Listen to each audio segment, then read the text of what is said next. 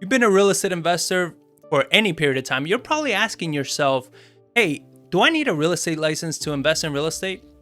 No, you don't need one. Will it make you a lot more money? Yes, it actually will. Now, my question is it going to help you become so much more profitable and actually become a better investor in 2021 with how crazy the market is getting and is going to continue to get? 110%.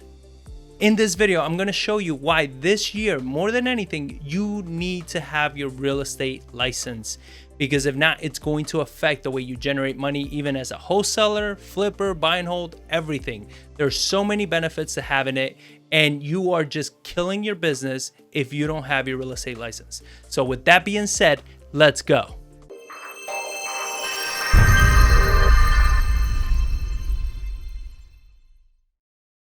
This is John Barbera with an investor's journey, bringing you the freshest strategies and tips without the fluff to help you invest in real estate the right way. So in this channel, we actually cover lessons learned as full-time real estate investors, like this video right here. And if you're finding any level of value in the content that we're sharing, make sure you hit that like button. It means the world to me that you do. Here are some quick announcements. We are bringing back Tips from the Pros Season 2. This is where we're bringing in local professionals in different areas of real estate investing that are actually killing it in those areas of real estate investing. And they're going to be sharing why it is that they're having so much success and how to have that level of success. They're going to be sharing real strategies and tactics that you can implement right now to go to the next level. We're going to be talking about marketing, wholesaling, fixing, rehabbing, buy and hold, mortgages, appraisals, anything and everything, accounting, anything and everything you want to learn about in the real estate market, the team that you need to build, everything. We're going to be covering it from people that are actually doing it right now and they're successful right now.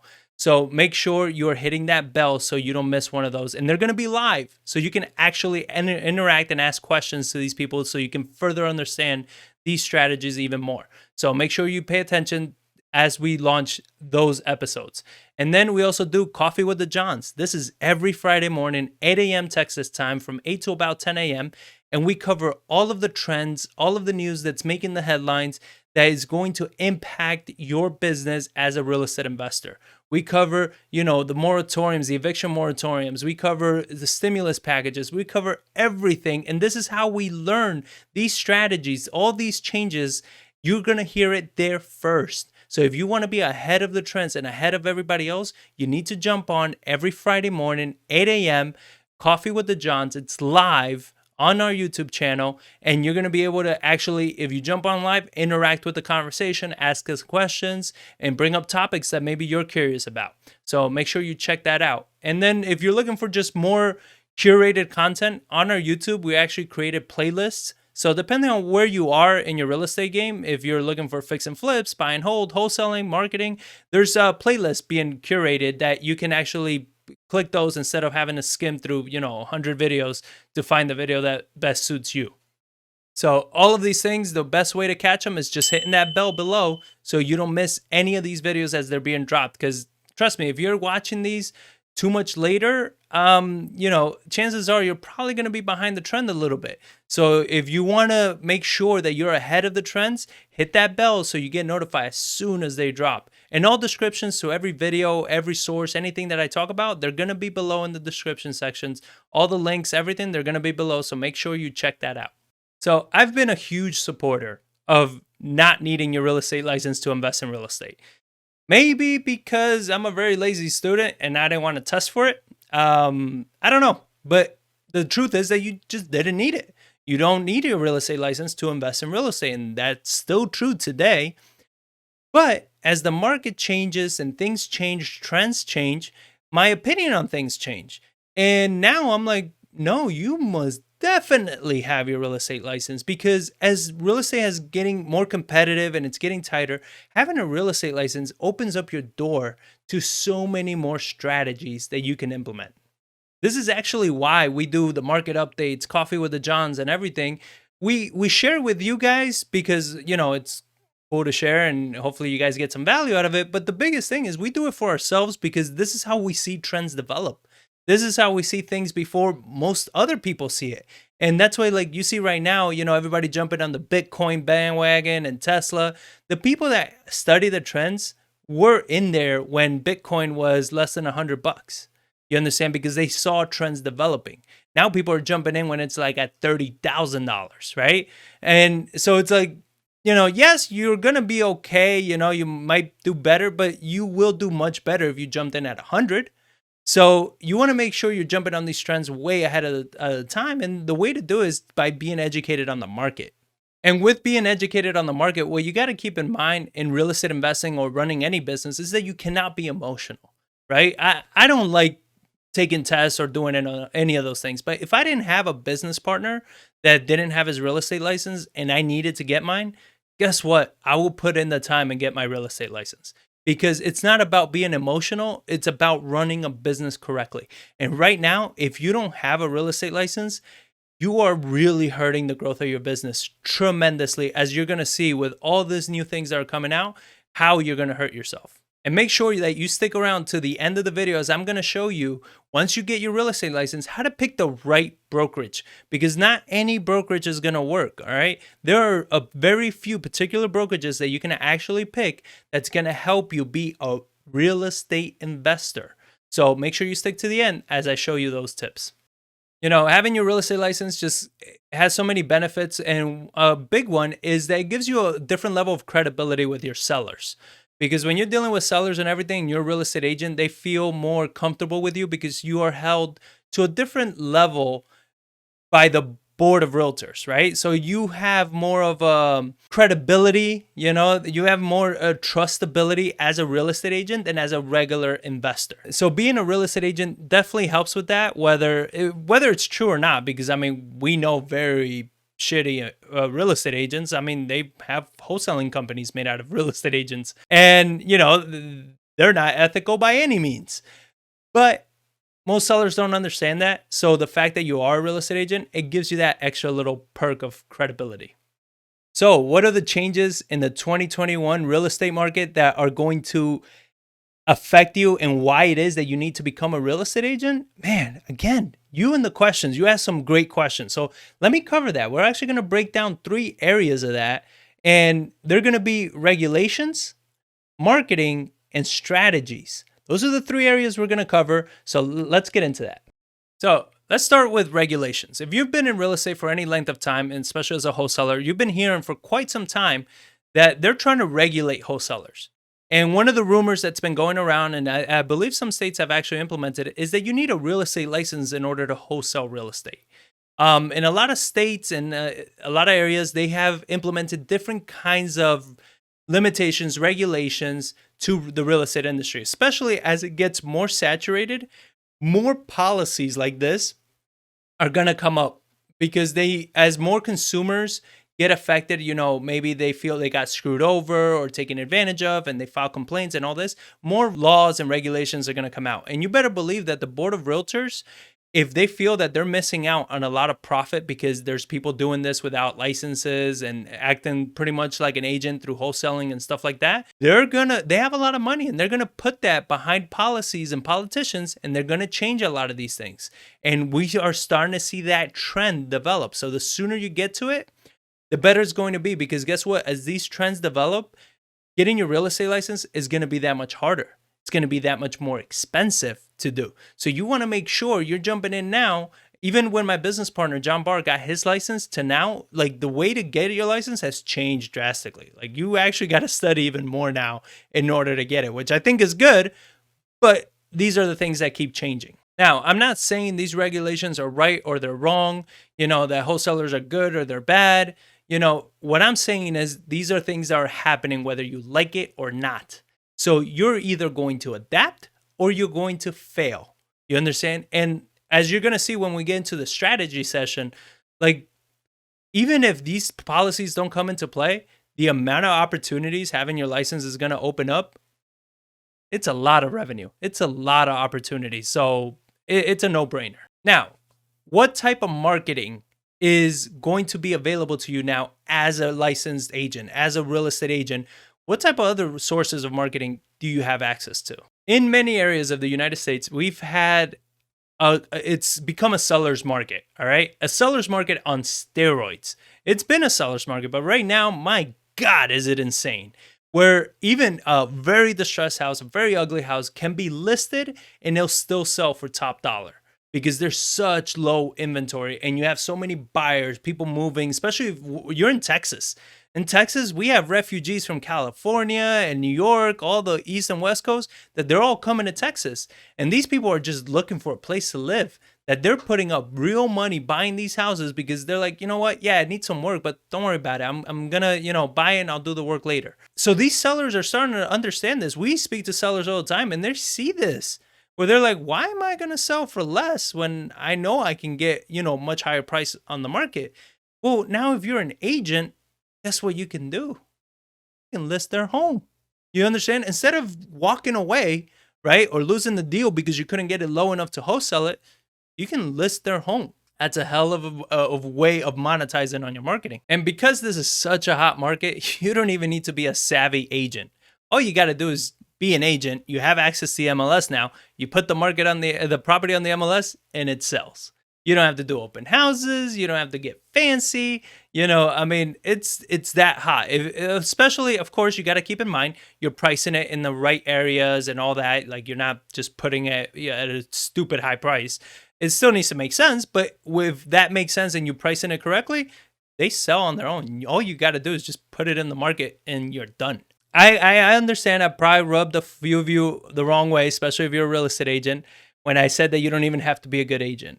What I mean by this is that you don't have to spend that much money in marketing. You don't have to do open houses. You don't have to really do all that much because when you have such low inventory, and if you're a real estate agent, I'm telling the truth. If you have such low inventory, the fact that you're putting inventory out is enough, right? That being said, I am not encouraging anybody to be a dishonest or a shitty agent, right? This is your business. And if this is your business, even as an agent, you should want to know as much as you can. You should want to be as prepared as you can to be a hell of an agent. Because guess what? Right now the market's this way, but then the market shifts. And if you're developing all of these bad habits by cutting corners and doing all this because just the market is where it's at, guess what? When the market shifts, you're out of business. And the agents that are doing things the right way are the ones that keep prospering.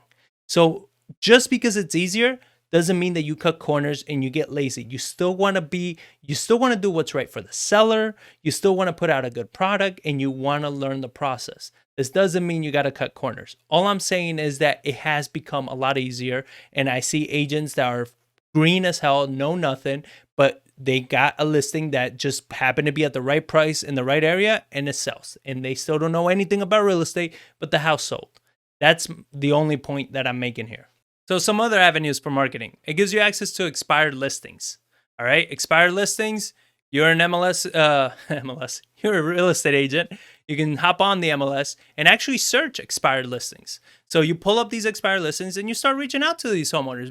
Maybe you do a little due diligence first, like, all right, this listing is expired. Maybe is there something evident enough to show that the agent maybe didn't do something right on this property? Why is this house not selling when inventory is so low, right? Sometimes it could be that the seller changed their mind.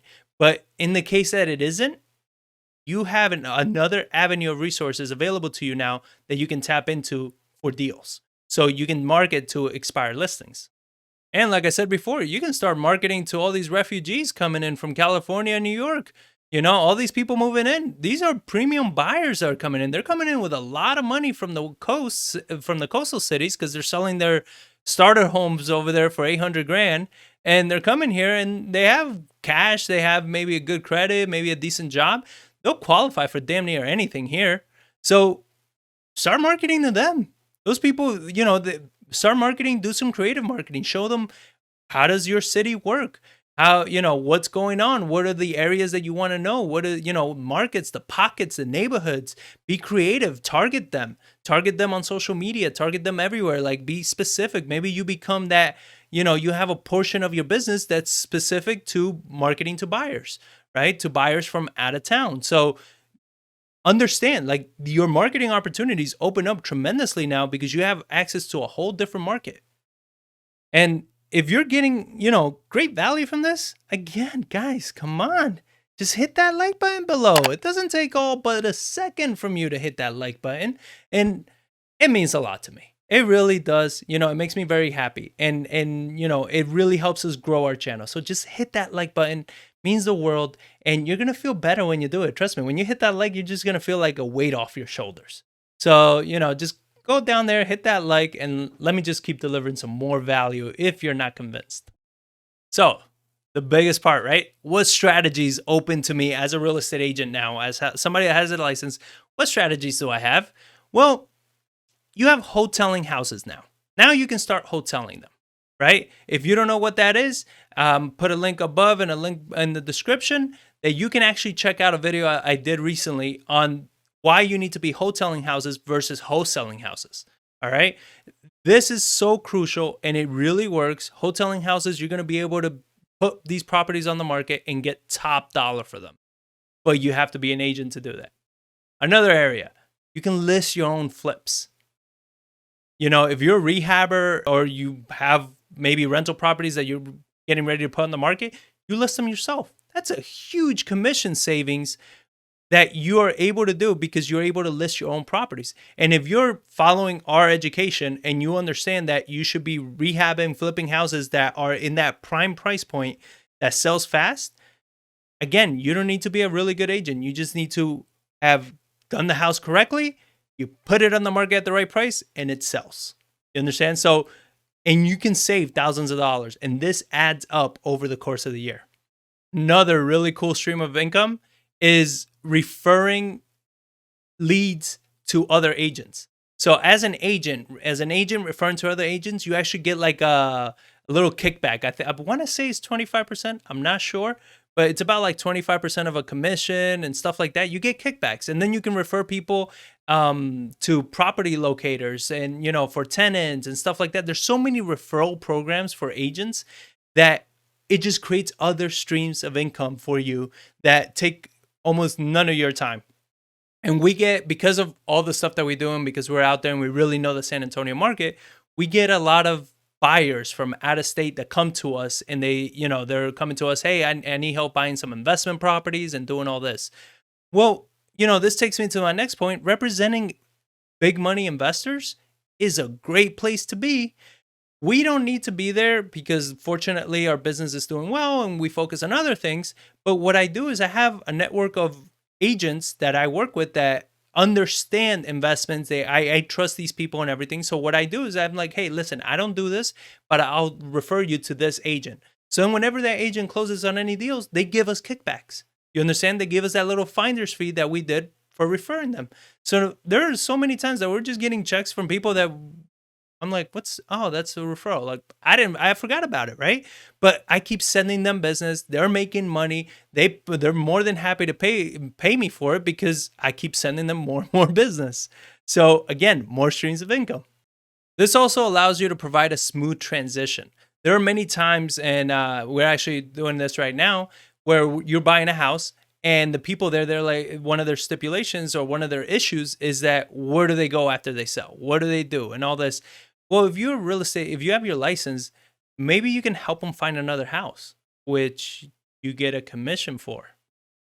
Maybe you can help them place them in an apartment, which if you refer them to a apartment locator or something, you get a kickback for. You get where I'm going at with this? I mean, the fact that you have your license, now you're able to represent these people. But what if you have rentals? We did this recently as well. We had one of our tenants that, great tenant and everything. And they say, hey, we're looking to buy a house and everything. We're just giving you a heads up that we're going to be moving out. And we're like, oh, interesting. Well, we're an agent. So if you're looking for a house, we can definitely help you find one. And we can coordinate with the purchase of that home and you leave in this apartment. So then that way you don't have to go to a hotel or anything like that. We can coordinate it. And they were like, oh my God, that would be amazing. They bought a house for $250, something like that. That's a nice commission for us, right? And we were able to coordinate. So we were able to make sure that we can get another tenant in place by the time they move out so we don't have a high turnover, right? So we were able to actually fill in that house within a week of them moving out because of that. I mean, more streams of income.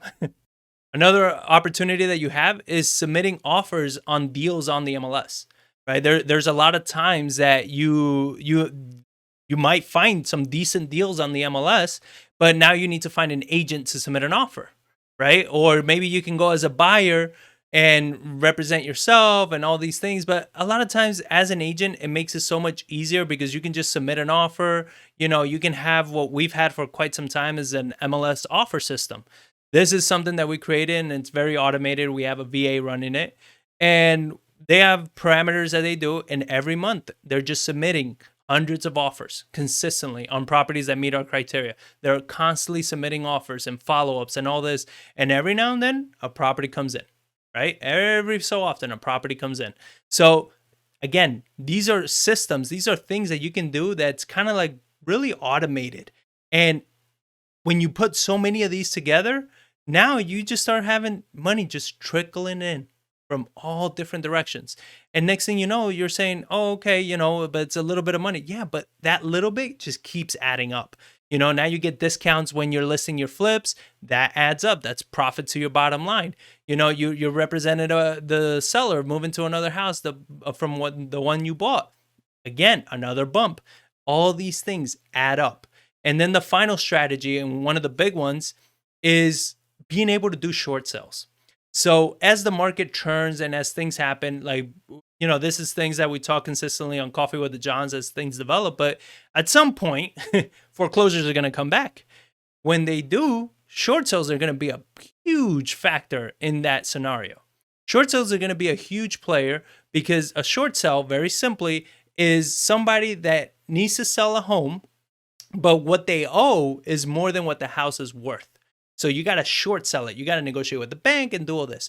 Well, as a real estate agent, you need to be a real estate agent, first of all, to do a short sell. But also, if you're a real estate agent, you can actually refer it to a company or somebody else that does short sales, and you'll get a fee for whenever that short sale goes through. And better yet, as the agent, you can refer to them and say, hey, whenever the short sale goes through, I want to submit the first offer. I want to be one of the first offers in there. You understand? So you're notified right away as soon as that short sale goes through and you submit your offer initially. So if you're buying houses, great way to pick them up. If you're going to be implementing any of these strategies that I just shared with you, you have to hit that like button. Come on, I'm bribing you here. I gave you a bunch of value, some great sources of a stream of income. Why are you not giving some love back? Just hit that thumbs up. Takes 2 seconds. Just poof. That's it. Done. Less than that. Give me some love. Now to the bonus tip. Bonus tip time. Choosing the right brokerage.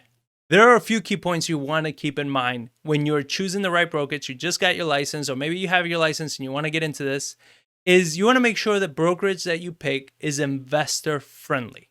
What does this mean? You want to make sure that they allow you to do investment work, right? That you can pick up houses for yourself, that you can wholesale houses. There are ways of doing this. A lot of people say, well, if you have your real estate license, you can't be an investor, you can't wholesale properties. 100% wrong. You can definitely do that. All right. There are ways, there are things that you need to be careful that you're doing as a real estate agent. You want to make sure that when you go to a house, you go as an investor first, not as an agent, as an investor first. And you can tell them, yeah, I'm a real estate agent, but I'm here to look at this house as an investor. You're not there. You have no fiduciary responsibilities to them or anything because you're not representing them. So you go in as an agent first, right? You go in as an investor first. Hit that rewind. And then you look at the house, you look at everything. If it doesn't fit and what makes sense is a listing, now you become an agent. Now you're like, okay, the best course for this is probably going to be to list it. Now you became an agent. Now you can't flip-flop, okay? You're an agent now. Now you have fiduciary responsibilities to your seller to make sure you're representing them correctly, you're giving them everything they need, and you're helping them to the best of your abilities, all right? So don't blur those lines. But when you are choosing the right brokerage, they're going to allow you to do this, and they're going to give you the education that you need to be able to do this. Another point to keep in mind is low fees isn't always a good option for a brokerage. Just because a brokerage has lower fees than something else means absolutely nothing. It could be that they have lower fees because they're a shitty brokerage. All right. And again, this is a serious business. You want to put yourself in the best team possible. So one thing you want to keep in mind is you want to look at the network that brokerage gives you access to. So you have brokerages like in Texas, the brokerage that I always recommend is Stepstone Realty. And again, all the links are going to be below. Stepstone Realty is the only brokerage in Texas that I know of that actually has investors in the brokerage, and they allow you to be an investor and an agent at the same time. The owner is a real estate investor. The broker is a real estate investor and a real estate broker. And they put out so much education for their investors on real estate investing, on agent work, on short sales. I mean, they're constantly informing and educating everybody. And that's who John, my business partner, is licensed under, is with Stepstone Realty. But that's because they allow you to do it. Then we've seen other little brokerages pop up throughout that they're just really wholesaling brokerages. And yeah, they may have lower fees and all this stuff, but they can't provide you with the knowledge, with the network, with the resources that a brokerage like Stepstone that has like, I want to say 300 plus agents or something like that, you know, that access is insane. Because if you're in San Antonio and you got a deal in Dallas or Waco or Houston or whatever, guess what? There's agents there within your network that you can work with, right? Maybe people that you can network with and you can actually end up partnering on a deal in those areas. But if you're partnering with a very small local realty, then you really can't go further than where you are now, right? You get a great deal somewhere else, you can have a agent from there run comps for you, help you out, help you figure it out, be your boots on the ground. So many resources available with picking the right brokerage. So those are the biggest points. Like I said, it's leadership, the network, is the ability to grow. Is this brokerage growing? Is it going to other cities? Because guess what? Your market changes. You may have to shift. So picking the right brokerage, don't pick it just on fees. Pick it on your ability to grow as an agent, as an investor, and your ability to grow as a business. That is the crucial thing when you're selecting your brokerage. With that being said, I want you to check out this video right here on what type of wholesaler do you want to be and what type of wholesaler are you? So I cover that in great detail. And then there's more training down here that you can check out. And if you found value, share it with friends, family, whoever you feel is going to get some value out of this. And I will catch you on the next one.